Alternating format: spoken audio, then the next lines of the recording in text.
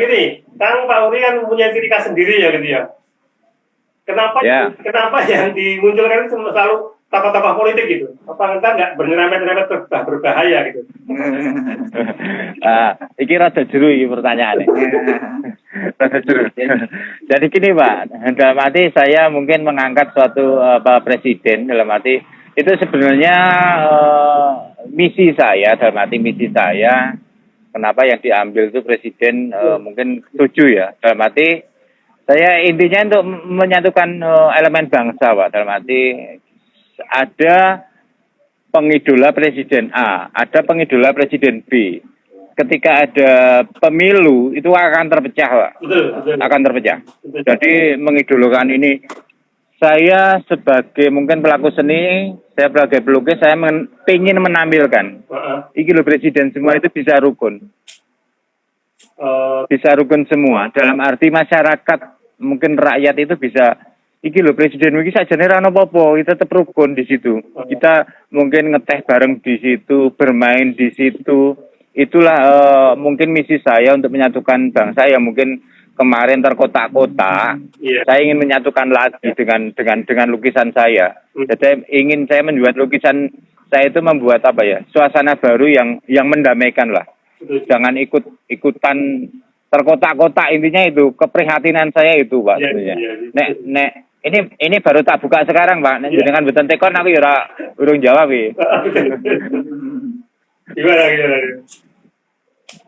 Makanya kan harus emang gitu ya, selama ini cenderungan yang ditampilkan itu seniman yang ya diri kita sendiri lah gitu. Pak Puri kan agak beda. Kenapa menampilkan tokoh-tokoh politik, tokoh-tokoh yang menyerempet bahaya gitu. Tapi aku itu saat ini memang perlukan begitu. Jadi ada yang kalau misalnya di luar panas kita harus ada yang ngademin gambar atau lihat media yang lain gitu kan. Jadi kita harus ambil sisi positifnya gitu loh, bagaimana? Ya, intinya mungkin dari beberapa lukisan saya dengan tema presiden itu, ya alhamdulillah dong tahu diparani polisi ya.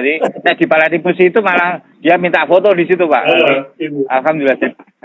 Jadi alhamdulillah di situ masyarakat dengan karya saya, dia misi saya bisa tersampaikan. Di situ ternyata dari berbagai macam yang menikmati saya itu, ketika melihat lukisan saya itu, ya ada yang merasa, oh ternyata masih bisa damai kita gitu. Masih apa ya, melihat lukisan itu jadi adem intinya. Mungkin dalam pas pemilu kemarin banyak sekali mungkin terpecah-pecah itu, dengan saya menampilkan lukisan itu mungkin sedikit tergugah, dalam arti ini loh Indonesia jangan pecah gitu loh intinya itu. Itu makna yang saya sampaikan ke masyarakat itu alhamdulillah tersampaikan. Dengan melihat lukisan saya itu ternyata ya jadi tidak apa ya, jadi tidak saling marah lah intinya itu Pak Timen. Benar. Ini kita salah dulu Pak Suri ya. Ini ada Pak Purwanto Bino sama Mas Sigit. Udanto, selamat bergabung di dialog seni rupa.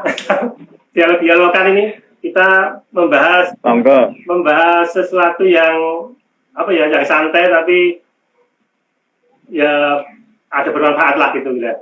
Ini ada Pak Purwanto Bino sama Sigit, tapi tidak mengajukan pertanyaan, cuman melambaikan. Terima kasih telah menyaksikan ini. Nah, ini sekarang lagi nih Pak Uri ya. Jogja kan menjadi barometer budaya gitu loh.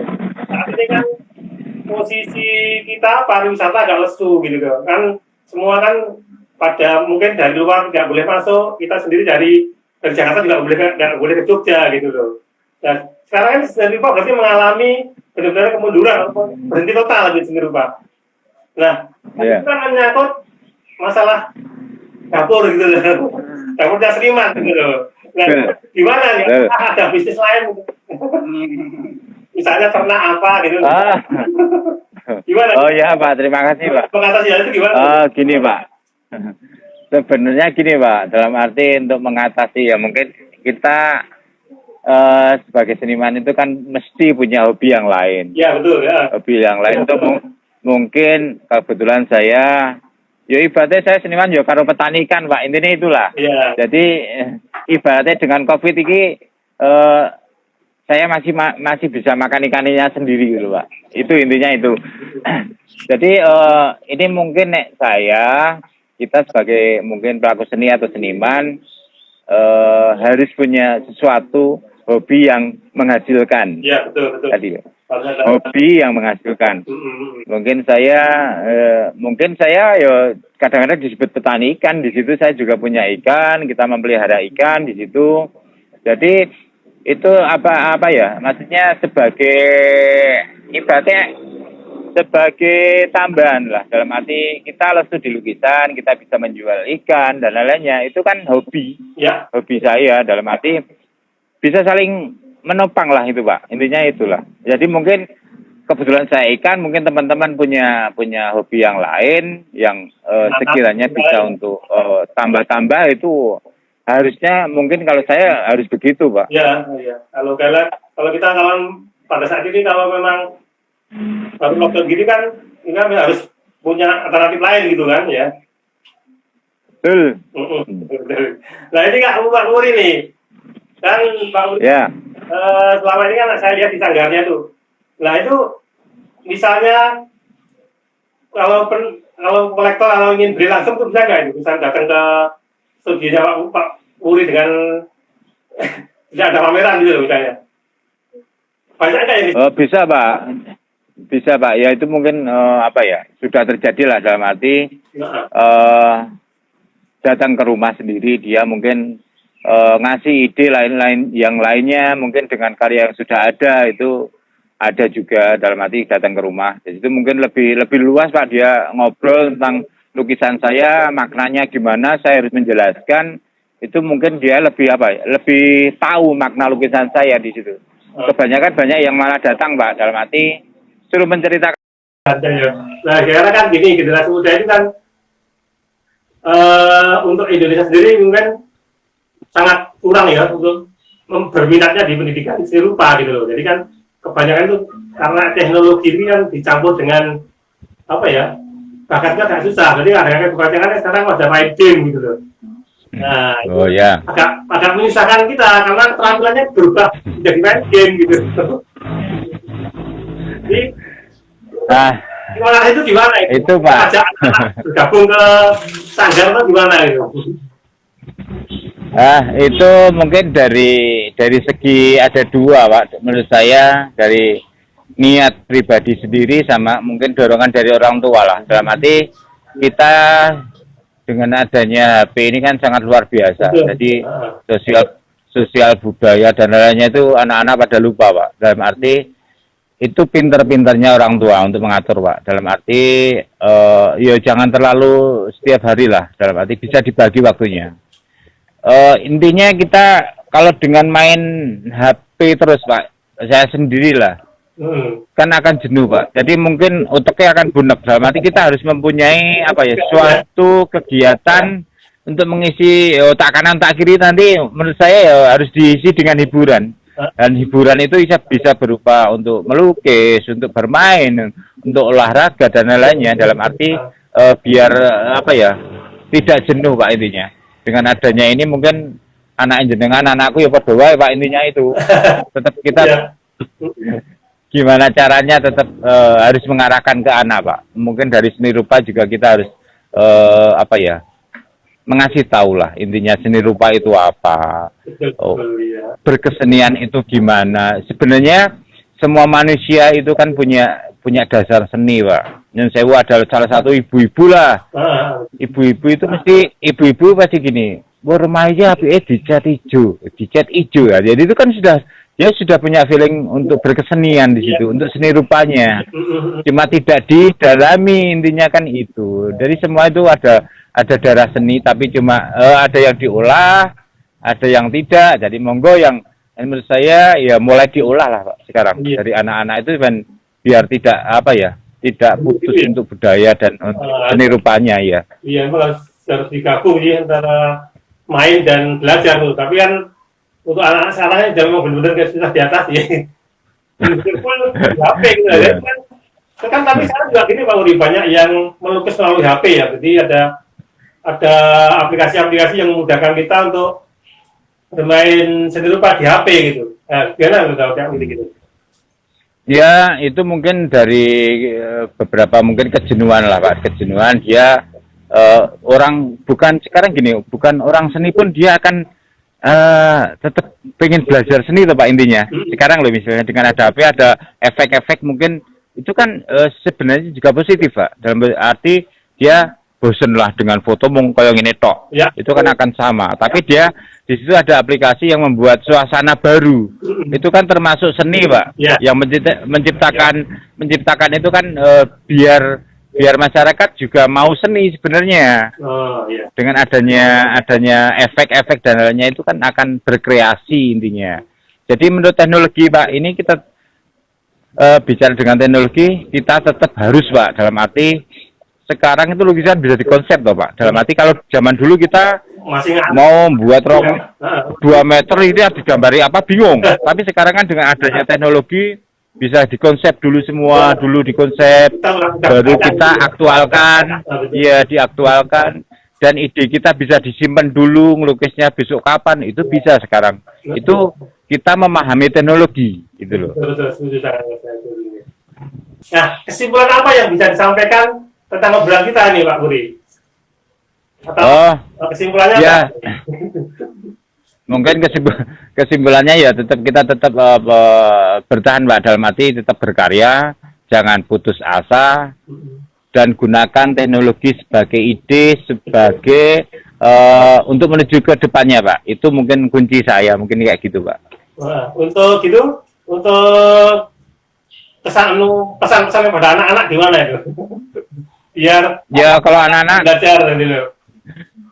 Ya tetap kalau anak-anak tetap harus jangan sampai main HP terus. Ya. Harus belajar dan harus berkesenian. Nanti kedepannya mungkin akan lebih baik daripada jenengan main HP terus ya, gitu aja. Gitu aja ya. Masih penontonnya cuma 3, Pak Sigit sama Purwanto Gino. Ya, di sini siapa itu? salam buat teman-teman nih. Ada Pak Guru juga lah itu. Selamat pagi semuanya. Di sini ada salam buat teman-teman semua. Ini. Ya, salam semua Pak. Ya, ada IT dari Mas Tabah. Nanti kita akan akhiri sekitar 10-40 menit ya, 1 menit lagi. Nah, ini 1 menit lagi ini saya bisa sampaikan bahwa untuk mencapai sesuatu, generasi muda harus bekerja dengan keras, dan seni rupa adalah hal yang tidak mudah untuk dicapai. Kita harus belajar, kita harus menggali potensi kita supaya seni rupa itu bisa berkembang sesuai dengan bakat dan hati nurani kita, bahwa seni rupa harus menjadi sesuatu yang berguna atau bermanfaat buat diri kita atau masyarakat, sehingga seni rupa kedepannya di Indonesia bisa menjadi lebih baik dan menjadikan Mas Tabah seniman yang baik.